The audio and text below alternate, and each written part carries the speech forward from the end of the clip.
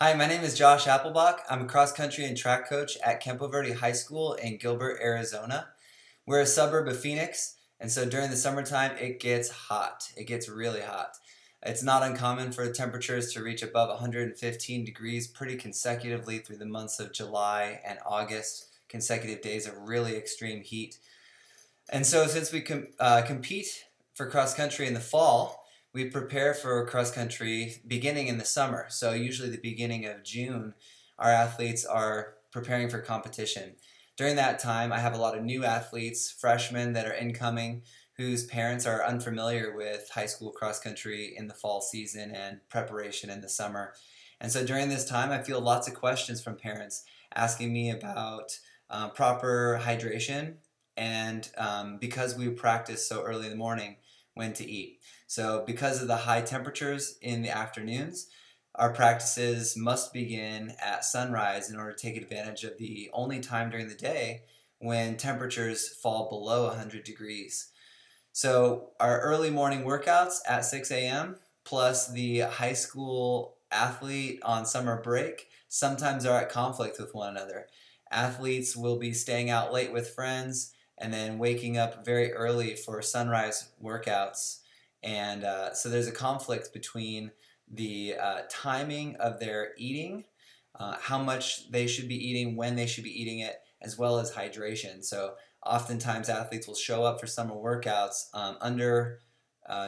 underfed and underhydrated. So parents ask, what should they eat? When should they eat it? How much should they drink? When should they drink it? So this is going to be my attempt to answer some of those questions. So in general, with food, there's a lot of variation. Every person is a little bit different from every other person. And so people will have different preferences that will fit their individual needs. And so we'll talk about that a little bit here. So according to Wine and Riley, an article that they produced in American Fitness in 2011, they mentioned the importance of optimal nutrition. This is kind of goes without saying, but essentially their statement was that the American Dietetic Association, the Dietitians of Canada, the American College of Sports Medicine, all agree that proper nutrition is essential for for optimal physical output. So they mentioned that the importance of knowing when your event is and being able to plan ahead accordingly is an important part of that. So factoring in these individual preferences of what people like to eat, your favorite foods, what sorts of things work for you. It's important that athletes experiment with this during the summer because during the fall we'll perform competitions early in the mornings, often in the months of September and October. Meets will begin sometimes near sunrise. So working out at sunrise times allows athletes to be able to have this period of trial and error for what they should be eating prior to early morning competition. So according to Kirksix and others, they published something in the Journal of International Society of Sports Nutrition in 2008.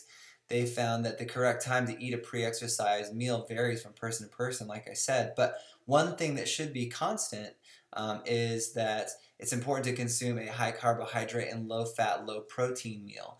And they recommend somewhere in the ballpark of 45 to 60 minutes prior to exercise.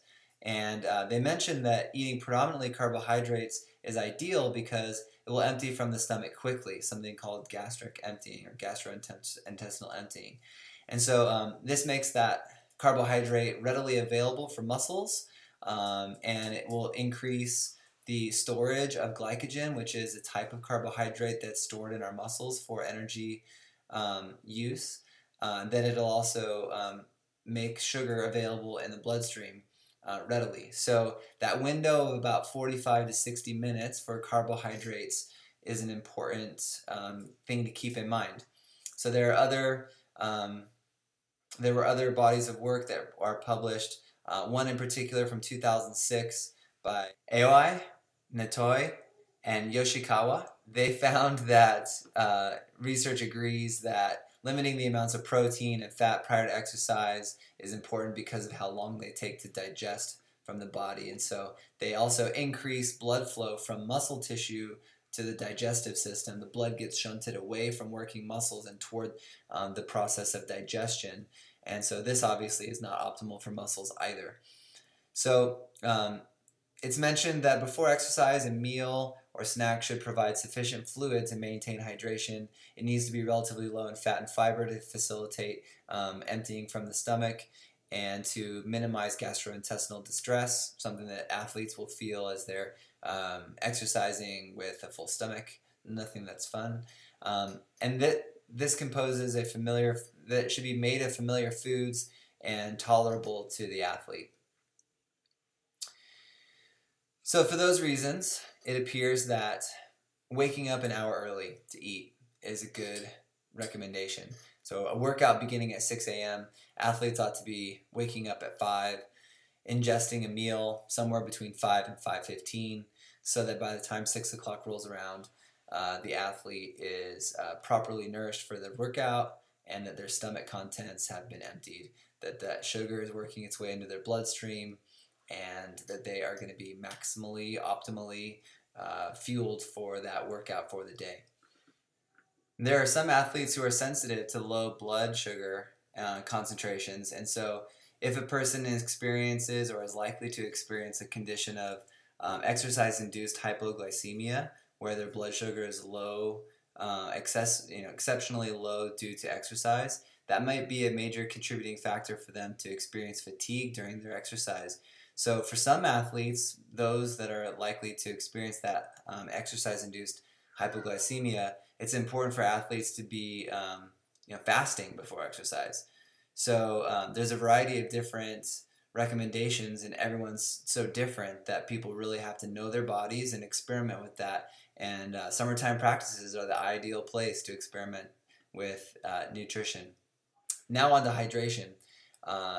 A study by Rodriguez, DeMarco, and Langley in 2009 in the Journal of the American Dietetic Association state that with regard to hydration, at least 4 hours prior to exercise, it's important that athletes are well hydrated. They need to be drinking somewhere in the ballpark of 2 to 3 milliliters per pound of body mass that they have. So if an athlete is 150 pounds, they need to be consuming somewhere in the range of 300 to 400 milliliters of water approximately 4 hours prior to exercise. This means that the athletes must be consuming water during the night, and that's something that obviously we don't want athletes to be doing. So before bed, athletes should be well hydrated.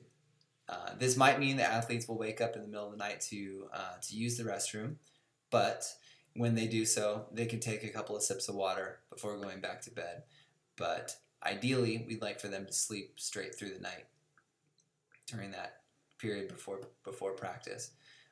It's also mentioned that in this article that athletes who are overhydrated are essentially going to have to just use the restroom more. So there's no advantage for athletes in being overly hydrated. Essentially what that means is if an athlete doesn't feel thirsty, if they are using the restroom and the contents of their urine are a pale yellow, sort of a lemonade kind of consistency color, then they're properly hydrated.